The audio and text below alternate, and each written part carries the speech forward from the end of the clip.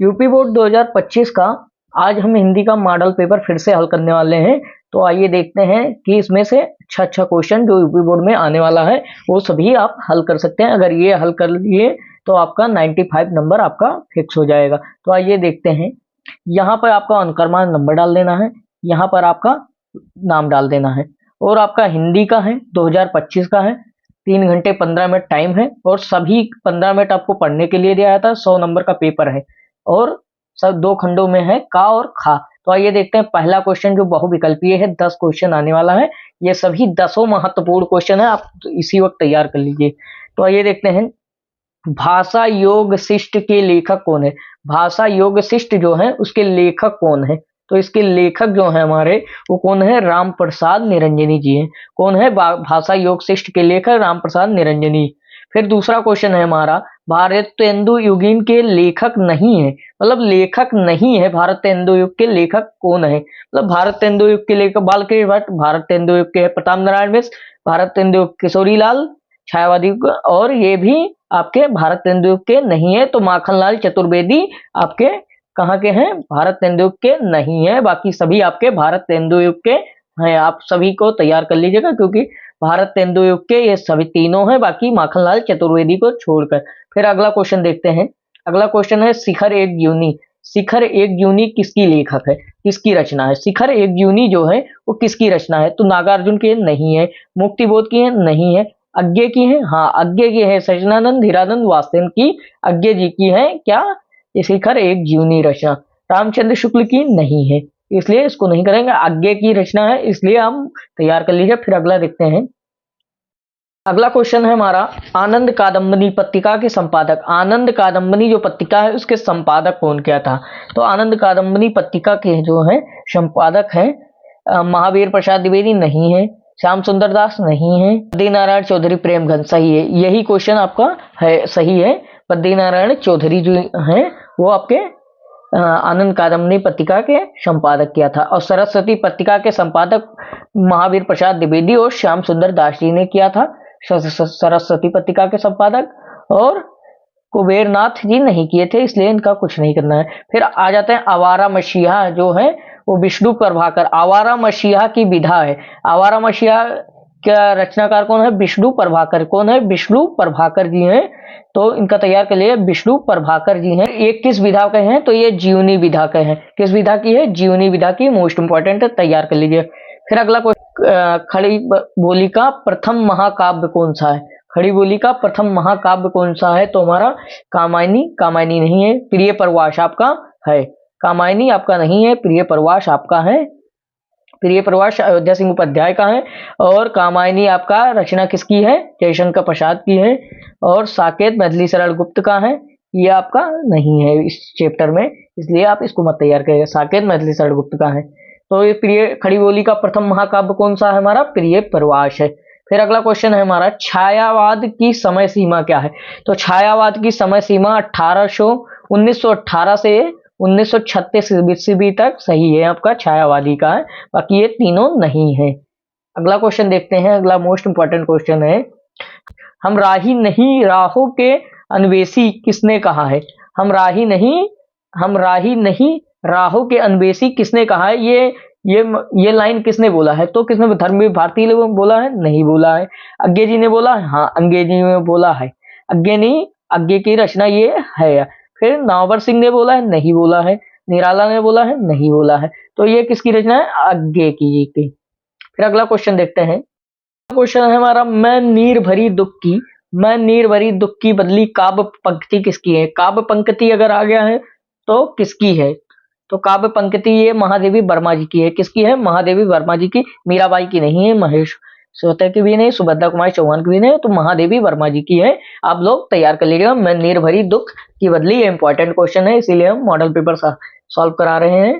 फिर अगला क्वेश्चन है, चांद का मुंह टेढ़ा। चांद का मुंह टेढ़ा किसकी रचना है या किस विधा पर है। चांद का मुंह टेढ़ा किसका है, किसकी रचना है, ये आपकी चांद का मुंह टेढ़ा आप लोग बताएंगे कि किसकी रचना है, और हम बता रहे हैं कौन सी विधा है। ये काव्य विधा की है और चांद का मुंह टेढ़ा आपका मुक्तिबोध का है, इसलिए आप तैयार कर लिया।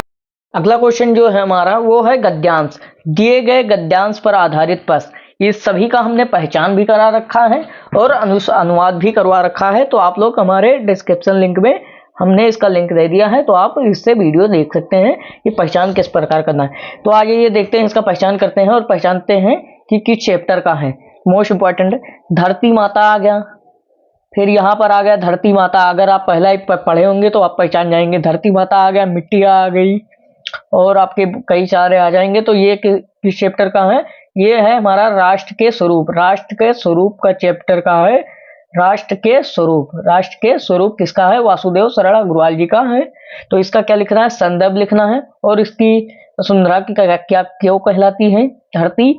और रेखांकित अंश की व्याख्या करनी है। आपका 10 नंबर का है, ये आपको मिल जाएगा। आप लोग इसी मॉडल पेपर से हल कर लीजिएगा, पूरा एकदम तैयार हो जाएगा आपका। अगर मान लीजिए पहला नहीं आता है तो दूसरा अथवा करके है, दूसरा भी आप कर सकते हैं। अशोक का फूल, अशोक का फूल आ जाता है तो पहले ही समझ जाइए कि ये अशोक के फूल चैप्टर से हैं। इस चैप्टर से अशोक के फूल, हजारी प्रसाद द्विवेदी। किसने लिखा है? हजारी प्रसाद द्विवेदी जी ने लिखा है। हजारी प्रसाद द्विवेदी जी, कौन लिखा है? हजारी प्रसाद द्विवेदी जी ने इस चैप्टर को लिखा है। इसकी संदर्भ और व्याख्या आप कर देनी है, आपको 10 नंबर इसमें भी प्राप्त हो जाएगा। अगर मान लीजिए पहला नहीं आता तो दूसरा कर सकते हैं। फिर अगला देखते हैं हम, हिंदी का पद्यांश आ गया। अभी तक गद्यांश चल रहा था, इसमें भी आपका क्या है? इसमें भी आपका अथवा लगकर क्वेश्चन मिल जाएगा, क्योंकि आप लोग तैयार कर लीजिएगा। तो आइए देखते हैं, दुर्बलता का चिन्ह विशेष शपथ है। दुर्बलता का चित्त आपका विशेष शपथ है। और आगे पढ़कर देखिए, भारत से होए स्वयं पुत्र भी खो। ये जानते हैं कि चैप्टर अनुताप, ये केकई अनुताप है। केकई अनुताप किसका है? मैथिली शरण गुप्त जी का। केकई अनुताप, केकई का अनुताप जो था वो किस चैप्टर का? मैथिली शरण गुप्त द्वारा लिखित गया है। तो आप तुरंत पहचान कर इसके संदर्भ और व्याख्या कर दीजिएगा और 2-3 क्वेश्चन कर देगा। आपका 10 नंबर इसमें मिल जाएगा। अगर मान लीजिए ये वाला नहीं आता तो इसमें आपका अथवा भी लगा है अगले क्वेश्चन में। ये आ गया हमारा अथवा वाला। अगर मान लीजिए वो पहला वाला नहीं आ रहा था तो यहाँ पर आपका दूसरा अथवा वाले में आपका पहचान देखते हैं कि किस प्रकार पहचाना जा सकता है। तो इस सभी का पहचान हमने बता रखा है, आपको डिस्क्रिप्शन लिंक में इसका वीडियो मिल जाएगा, आप लोग देख सकते हैं कि किस प्रकार पहचाना है। तो आइए देखते हैं, लज्जाशील पथिक महिला जो दुष्ट आई। फिर यहाँ ये जानते हैं किस चैप्टर का है? ये पवन दूतिका है। पवन दूतिका जो अयोध्या सिंह उपाध्याय लिखे हैं। राधा जी श्याम को पत्र पवन दूतिका के हाथे अपना संदेश भिजवा रही हैं। तो किस चैप्टर का है? पवन दूतिका। किस चैप्टर का है? पवन दूतिका। क्योंकि हमने पहचान में बता रखा है लज्जाशील महिला पथिक, ये सब आएगा धीरे धीरे। नव जलद आ जाएगा, तो ये सब खेत आ जाएगा। तो ये सब हमने बता रखा है, आप पहचान देखकर कर लीजिएगा। इसका भी संदर्भ करना है, व्याख्या करना है और ये 2-3 क्वेश्चन करने हैं। आपका 10 नंबर इसमें भी मिल जाएगा, आराम से मिल जाएगा। इसलिए आपको जल्दी में नहीं करना है, जो क्वेश्चन आए वही करना है, लेकिन आपको सभी क्वेश्चन को करना है। फिर अगला क्वेश्चन है हमारा जो इंपॉर्टेंट है, साहित्य परिचय लिखने के लिए आया गया है। 5 नंबर में है साहित्य परिचय, क्योंकि 3 नंबर आपका साहित्य परिचय का रहेगा, 3 नंबर साहित्य परिचय का और 2 नंबर आपके रचना का रहेगा। क्योंकि यहाँ पर लिखा हुआ साहित्य परिचय देते हुए प्रमुख रचना का उल्लेख करना है। तो आपका हम 6 बता रहे हैं, 6 में से आप तैयार कर लीजिएगा, आपका पूरा नंबर मिल जाएगा, एक भी नंबर कटेगा नहीं। तो आइए देखते हैं, पहला है हमारा जो उसका साहित्य परिचय लिखना, आचार्य हजारी प्रसाद द्विवेदी जी का। हजारी प्रसाद द्विवेदी हमेशा आते रहते हैं, इसलिए हजारी प्रसाद द्विवेदी का इंपॉर्टेंट है, आप तैयार कर लीजिए। दूसरा है हमारा एपीजे अब्दुल कलाम। एपीजे अब्दुल कलाम का तैयार कर लीजिएगा। साहित्य परिचय आप लिखना है, किस प्रकार लिखना है ये भी हम आपको डिस्क्रिप्शन लिंक में वीडियो दे दिए हैं। फिर अगला है वासुदेव सरल अग्रवाल। वासुदेव सरल अग्रवाल मोस्ट इंपॉर्टेंट है, इसलिए आप तैयार कर लीजिएगा। ये रहा लेखक का 3 और आप कवि का आपको लिखना है 3। तो कवि हमारे जो थे उनका भी साहित्य परिचय ही लिखना है और 3+2 इसमें भी है, क्योंकि 3 नंबर आपके साहित्य परिचय का हो जाएगा और 2 नंबर आपको रचना का उल्लेख करना है। इसलिए आप रचना को छोड़ना नहीं है, मोस्ट इंपॉर्टेंट है, इसलिए तैयार कर ही जाना है। तो पहला इंपॉर्टेंट है जो मैथिली शरण गुप्त का है, इसका है मैथिली शरण गुप्त जो है उनका आप तैयार कर लीजिएगा। दूसरा है हमारा सुमित्रानंदन पंत जी। सुमित्रानंदन पंत का मोस्ट इंपॉर्टेंट है, क्योंकि हर सेट में आता रहता है, इसलिए सुमित्रानंदन पंत का तैयार कर लीजिएगा, यूपी बोर्ड के लिए बहुत महत्वपूर्ण है। फिर अगला क्वेश्चन है रामधारी सिंह दिनकर। रामधारी सिंह दिनकर का अगर तैयार कर लेते हैं तो आपका बढ़िया हो जाएगा, नंबर मिल जाएंगे आपको, 10 नंबर इसमें भी मिल जाएगा आपका, ये जान लीजिए 100 में आपको 95 मिल सकते हैं, इसी मॉडल पेपर से आप तैयार कर लीजिएगा। फिर अगला है हमारा 6 नंबर क्वेश्चन, जो बहादुर कहानी लिखनी है। कहानी लिखनी है आपको, बहादुर अथवा पंचलाइट की कहानी पर उस उद्देश्य पर प्रकाश डालिए। कितना शब्द में लिखना है? 80 शब्द में लिखना है। अगर मान लो जी ये आपको बहादुर कहानी नहीं याद है तो पंचलाइट लिख सकते हैं। अगर बहादुर कहानी नहीं याद है तो पंचलाइट लिख सकते हैं। अगर पंचलाइट नहीं याद है तो अथवा में ये भी करके दिया है, इसमें 3 अथवा लगा है। अगर आप ये नहीं कर पाते हैं तो ये कर लीजिए, अगर ये नहीं कर पाते तो आप ध्रुव यात्रा कर लीजिए, या तो एक है लाठी की कहानी, वो भी आप तैयार कर लीजिएगा। फिर ये भी 80 शब्द के अगर आप लिख देंगे तो बढ़िया नंबर आपको मिल जाएंगे, इसमें भी नंबर नहीं कटता है एक भी। फिर अगला है हमारा स्वपठित खंड काव्य, जिसमें स्वपठित खंड काव्य पर आधार पर प्रश्न, मतलब आपके जिला के अनुसार ये आपको बटा रहता है, क्योंकि 75 जिले में 5-6 रहते हैं, वो सभी आपके जिले के अनुसार बटे रहते हैं। खंड काव्य जो त्याग और बलिदान की कहानी होती है, बढ़िया कहानी होती है, उसी को आपको लिखना रहेगा। 5 नंबर आपको मिल जाएंगे, लेकिन 80 शब्द में सुंदर सुंदर राइटिंग में लिखना है। तो आइए देखते हैं, पहला जो इंपॉर्टेंट है हमारा वो आपके जिला के अनुसार है। आप लोग देख लीजिएगा किस जिला में कौन सा चलता है हमारा खंड काव्य। तो पहला जो है श्रवण कुमार, श्रवण कुमार आपके जिस जिले में चलता होगा उस श्रवण कुमार तैयार कर लीजिएगा। फिर अगला देखते हैं, अगला है हमारा रसिम रथी। अगला क्या है हमारा? रसिम रथी, जो इसके जिसमें भी आता है जिस जिले में, वो आपको रसिम रथी तैयार कर लेना है, क्योंकि मोस्ट इंपॉर्टेंट है, तो इसीलिए आपको रसिम रथी आपके जिला के अनुसार तैयार कर लेना है। फिर तीसरा हमारा मुक्ति यज्ञ, मुक्ति यज्ञ खंड काव्य अगर आप तैयार कर लेंगे तो बढ़िया रहेगा, क्योंकि आपके जिला के अनुसार ही आता है। फिर जिस प्रकार आपके जिला के अनुसार आता है वही तैयार करिएगा, ये नहीं कि आप सब तैयार कर लीजिए। फिर अगला है त्यागपथी। त्यागपथी जिस जिस जिले में आता है, जैसे गोंडा हो गया, बलरामपुर हो गया, श्रावस्ती हो गया, इस सब जिले में त्यागपथी आता है, इसलिए आप त्यागपथी तैयार कर लीजिए। त्यागपथी लिखने का डिस्क्रिप्शन लिंक में वीडियो मिल जाएगा आपको। फिर अगला है हमारा आलोक वृत्त। आलोक वृत्त खंड काव्य है, ये भी आप तैयार कर लीजिएगा, क्योंकि आपके जिला के अनुसार हम बता रहे हैं, पहले ही बटा हुआ है। फिर अगला है हमारा 5वां जो है सत्य की जीत। सत्य की जीत मतलब द्रौपदी की कहानी है, तो आप तैयार कर लीजिएगा। अगला आ जाते हैं हमारा मोस्ट इंपॉर्टेंट जो है यूपी बोर्ड का, जिसमें 14 नंबर मिलने वाला है, बिल्कुल ही मिस मत करिए। आइए देखते हैं, दिए गए संस्कृत गद्यांश पर एक संदर्भ और उसका अनुवाद लिखना। मतलब इसमें 2 दिया गया है, इसमें से किसी एक पर, अगर मान लीजिए एक नहीं पहचान पा रहे हैं तो दूसरे पहचान कर आपको संदर्भ और व्याख्या कर देना, अनुवाद कर देना है। आपका 7 नंबर मिल जाएगा, इसमें सब में एक भी नंबर कटता नहीं है। तो आइए देखते हैं ये किस चैप्टर का है, इसका पहचान भी बता रहे हैं। तो महाविद्वान, महाविद्वान अगर आ गया, महाविद्वान आ रहा है आपका, ये आ रहा है, बढ़िया बढ़िया चीजें हैं, सर्वोच्चालय आ रहा है, सर्वोत्तम गुण आ रहा है, तो ये किस चैप्टर का है? तो महामना विद्वान का, महामना मालवीय का है, क्योंकि महामना विद्वान आ गया है। इसकी सभी संस्कृत का पहचान हमने बता रखा है, इसलिए आप डिस्क्रिप्शन लिंक में आपका इसको वीडियो मिल जाएगा, आप लोग वहीं से तैयार कर सकते हैं। महामना मालवीय जी का है, किसका है? महामना मालवीय का है ये चैप्टर, इसलिए इसका संदर्भ हम ही बता दे रहे हैं, आप लोग ध्यान से पढ़ लीजिए, क्योंकि यही पेपर में आने वाला है यूपी बोर्ड 2025 में। फिर अगला है हमारा अथवा में लगा है, अगर मान लीजिए पहला नहीं आप समझ पाते हैं, ना पहचान कर पाते हैं, तो दूसरा का पहचान। इसमें आ गया हंसराज आ गया, अब आ गया हंसराज आ गया, यहाँ पर हंस पोथिका आ गया, मयूर आ गया, हंस आ गया, लज्जित हो गए थे तो हंस राज आ गया। इसका मतलब ये जातक कथा है, जातक कथा जिसमें हंस और मयूर की कहानी है, जातक कथा, जातक कथा नामक चैप्टर से है, तो इसका गद्यांश आप तैयार कर लीजिएगा, जातक कथा नामक चैप्टर का है, और इसका अनुवाद भी कर लीजिएगा। आप अनुवाद वहां विद्या क्वेश्चन बैंक से भी पढ़ सकते हैं, थोड़ा सा पढ़ लीजिएगा, आपका पूरा आ जाएगा, समझ में आ जाएगा। फिर अगला है इसी प्रकार पद्यांश आ गया, इसी प्रकार आपको पद्यांश का भी अर्थ देखना है। इसमें पद्यांश में हमने पहले ही बता रखा है, क्योंकि 2 चैप्टर हैं, जो जो इंपॉर्टेंट चैप्टर हैं वो सभी हमने बता रखा है, इसमें 2 ही चैप्टर हैं। तो पहला चैप्टर कौन सा है हमारा? पहला चैप्टर आपका पद्यांश में है जातक कथा, जातक कथा, और दूसरा जातक कथा में केवल इतना ही है आपका, तो इसमें आ जाएगा, इसमें भी उल्लू और मयूर ना मोर रोचते, तो यहाँ पर उल्लू आ गया, क्रोध आ गया, अक्रूर से आ गया, तो इसी ये जातक कथा नामक चैप्टर का है। किस चैप्टर का है? जातक कथा, क्योंकि दो ही चैप्टर है। अगला अगर आएगा तो ये मान लीजिए ये सुभाषित रत्नानी का है। किसका है? सुभाषित रत्नानी का है। सुभाषित रत्नानी का है, क्योंकि दो ही चैप्टर है। एक अगर ये उल्लू वाला दिख गया तो आपको दूसरा सुभाषित रत्नानी ही लिखना है। क्योंकि अगर मान लीजिए एक पहचान लेते हैं तो कोई दिक्कत नहीं, क्योंकि दोनों में से एक ही लिखना है आपको अथवा में। फिर अगला क्वेश्चन पर हम देखते हैं, ध्यान देते हैं। अगला क्वेश्चन है हमारा मुहावरे। मुहावरे का शब्द प्रयोग किस प्रकार करना है और अर्थ लिखना है।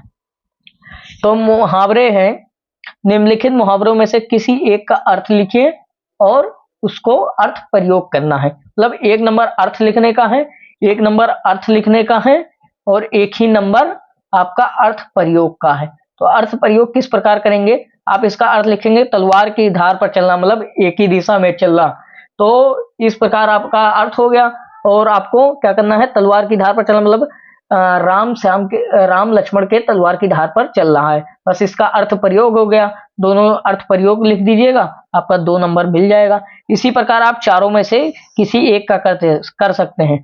टका सा जवाब देना दूसरा इंपॉर्टेंट है। पहला है तलवार की धार पर चलना, तीसरा है दाल में काला होना, चौथा है हमारा नमक मिर्च लगाना। ठीक है, ये चारों तैयार कर लीजिएगा। इसी प्रकार मोस्ट इंपॉर्टेंट है। फिर अगला क्वेश्चन देखते हैं। है हमारा 10 नंबर क्वेश्चन। 10 नंबर क्वेश्चन जो है अपठित गद्यांश है। अपठित गद्यांश है, इसमें का 5 नंबर का क्वेश्चन है। कितने नंबर का? 5 नंबर का क्वेश्चन है। केवल आपको क्या करना है? इस स्टोरी को पढ़ना है 2 से 3 मिनट में, 5 मिनट में, जितने भी पढ़ सके आप। 2 से 3 मिनट की स्टोरी पढ़ना है और इसी में से आपको जवाब दे देना है। जिस प्रकार इंग्लिश में आता है उसी प्रकार हिंदी में कर दिया गया है। अगर आप ये तुरंत कर लेते हैं तो तुरंत कर दीजिएगा, क्योंकि 5 नंबर आपको मिल जाएंगे। यहाँ पर पहला वाला 1 नंबर का रहेगा, दूसरा 2 नंबर का रहेगा और तीसरा भी 2 नंबर का ही रहेगा। अगर मान लीजिए पहली स्टोरी आपको नहीं समझ में आ रही है बिल्कुल, तो आपके लिए अथवा का ऑप्शन है। किसका ऑप्शन है? अथवा का ऑप्शन है। अगर आप अथवा में भी कर सकते हैं। इस स्टोरी को आप पढ़कर भी इसी प्रकार आपका पढ़ लीजिएगा और आपका 5 नंबर मिल जाएंगे। अगर मान लीजिए पहली स्टोरी नहीं आती तो दूसरी स्टोरी आप कर सकते हैं। तो पहला देखते हैं क्वेश्चन। पहला एक क्वेश्चन 1 नंबर का रहेगा, दूसरा क्वेश्चन 2 नंबर का रहेगा, तीसरा क्वेश्चन भी 2 नंबर का रहेगा। इस प्रकार आपको 5 नंबर यहाँ से प्राप्त हो जाएंगे। 11 नंबर क्वेश्चन देखते हैं। मोस्ट इंपॉर्टेंट क्वेश्चन है 11 नंबर क्वेश्चन। 11 नंबर क्वेश्चन में है शब्द युग्म का सही अर्थ लिखना है। शब्द युग्म का सही अर्थ लिखना है। विद्या क्वेश्चन में सभी क्वेश्चन दिया गया है, लेकिन हम इंपॉर्टेंट अलग से बता रखे हैं। वीडियो में देख लेना, डिस्क्रिप्शन लिंक में दे दिए हैं। निम्नलिखित शब्द युग्म का सही अर्थ चयन करना है। निम्नलिखित जो शब्द युग्म है इसका सही अर्थ चयन करना है। तो आइए देखते हैं वस्त्र और व्यसन का अर्थ क्या होता है। वस्त्र एक होता, वस्त्र का अर्थ होता है वस्त्र, और व्यसन का मतलब आदत होता है। तो इसी प्रकार दूसरा देखते हैं। दूसरा जो मोस्ट इंपॉर्टेंट है अंबुज और अंबुद। अंबुज और अंबुज जो है, जिसमें जा लगा होता है उसमें जन्म लेने वाला होता है, और जिसमें दा लगा होता है उसमें देने वाला। तो जन्म लेने वाला क्या होता है? कमल, और जल को देने वाला क्या होता है? बादल। तो इसी प्रकार आपका सी वाला सही हो जाएगा, कमल और बादल सही हो जाएगा, अंबुज और अंबुद का। इसी प्रकार अगला क्वेश्चन देखते हैं। अगला क्वेश्चन है हमारा निम्नलिखित शब्दों में से किसी एक के 2 अर्थ लिखना है। मतलब कोई भी शब्द है उसका भी 2 पर्यायवाची लिखना है। 2 पर्यायवाची शब्द या अर्थ लिखना है आपको 2 नंबर में, मतलब एक एक नंबर का एक एक रहेगा। अगर अंबर का आप जानते हैं तो अंबर का लिखिए, अंबर का आसमान हो जाता है, आकाश हो जाता है। पट का जानते हैं, पट का लिख दिए। विधि का जानते हैं, विधि का विधान हो गया, आपका कार्य करने का तरीका हो गया, तरीका और विधान हो गया। नाग का लिखिए, सर्प हो गया और नाग हो गया, यक्ष हो गया। फिर भुजंग हो गया। फिर अगला क्वेश्चन इसी प्रकार देखते हैं। निम्नलिखित वाक्यांश के लिए एक शब्द, कोई भी बड़ा वाक्य है उसके लिए एक छोटा शब्द कौन सा हो सकता है। तो आइए देखते हैं, जो इंपॉर्टेंट है वही बता रहे हैं। जो आंखों के सामने हो, जो आंखों के सामने हो उसको क्या कहते हैं? प्रत्यक्ष कहते हैं। जो आंखों के सामने होता है उसको प्रत्यक्ष कहते हैं हम। इसी प्रकार आप तैयार कर लीजिए, मोस्ट इंपॉर्टेंट क्वेश्चन है। फिर अगला क्वेश्चन है हमारा जानने की इच्छा रखने वाला। जानने की इच्छा रखने वाला क्या कहलाता है? आप लोग सभी बताएंगे कमेंट में। जानने की इच्छा रखने वाला क्या होता है? तो जिज्ञासु होता है। क्या होता है? जिज्ञासु, जानने की इच्छा रखने वाला। फिर अगला क्वेश्चन है इसी प्रकार, निम्नलिखित में से किन्हीं 2 वाक्यों को शुद्ध करके लिखना है। कोई भी 2 वाक्य को आपको शुद्ध करके लिखना है, जो मोस्ट इंपॉर्टेंट क्वेश्चन है। तुम तो कुर्सी पर बैठे है, बैठे है, इसमें होना चाहिए तुम कुर्सी पर बैठे हो। तो इसको प्रकार शुद्ध कर देना है। इस सरोवर में अनेकों कमल खिले हैं, इस सरोवर में अनेक फूल खिले हैं, कमल खिले हैं, ये हो जाएगा खिले हैं। फिर इसी प्रकार आपको तीसरा भी कर देना है शुद्ध। अगर मान लीजिए 2 ही करना है आपको, जो आपको आसान लगे वही कर देना है, आपको चारों में से केवल 2 करना है। फिर अगला आ जाता है हमारा 12 नंबर क्वेश्चन, जो मोस्ट इंपॉर्टेंट क्वेश्चन है, 6 नंबर का क्वेश्चन है। इसमें का और खा और गा, का खा में है हमारा वीर रस अथवा हाश रस, जो इंपॉर्टेंट है वही हमने पेपर में रखा है। हाश रस, वीर रस हो गया और हाश रस, इसका आपको रस छंद अलंकार का तीनों का वीडियो हम डिस्क्रिप्शन लिंक में डाल रखे हैं, आप लोग देख लीजिएगा।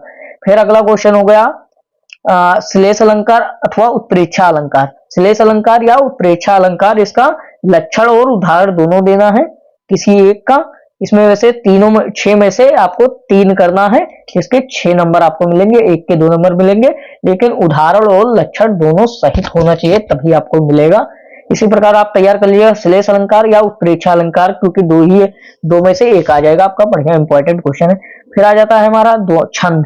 छंद में आप दोहा तैयार कर लीजिए, सोठा भी तैयार कर लीजिए, मोस्ट इंपॉर्टेंट है, आप दोनों तैयार कर लीजिएगा, आ जाएगा आपका पेपर में। अगला क्वेश्चन है हमारा जो मोस्ट इंपॉर्टेंट क्वेश्चन है, 6 नंबर का क्वेश्चन है। बैंक में खाता खोलने के लिए प्रबंधक को आवेदन पत्र, मतलब पत्र लिखना है। जिस प्रकार आप एप्लीकेशन लिखते थे उसी प्रकार आपको पत्र लिखना है। तो आपको बैंक में खाता खुलवाने के लिए आवेदन पत्र आप लिख देंगे। अगर मान लीजिए आवेदन पत्र नहीं आता है तो आप इसमें भी अथवा का ऑप्शन है, अथवा लगा हुआ है।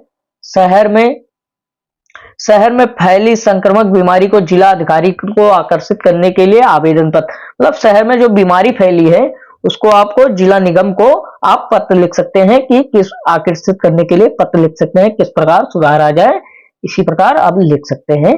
तो इसका आपका कितना नंबर मिल जाएगा, 6 नंबर मिल जाएगा। फिर अगला क्वेश्चन जो लास्ट क्वेश्चन है हमारा यूपी बोर्ड का, लास्ट क्वेश्चन है हमारा निबंध। निबंध आप लोग सभी लिख कर आना ही है, 1-2 क्वेश्चन छूट जाए उससे नहीं मतलब है, लेकिन निबंध लिखना है क्योंकि ये 9 नंबर का है। निबंध पर ध्यान दीजिएगा क्योंकि पहले ही निबंध लिख सकते हैं आप, लेकिन पहले लिखेंगे तो उतना अच्छे से नहीं चेक होगा, बाद में ही लिखिएगा। तो आइए देखते हैं पहला जो इंपॉर्टेंट है हमारा निबंध। निबंध जो पहला इंपॉर्टेंट है हमारा, देश में बेरोजगार की समस्या।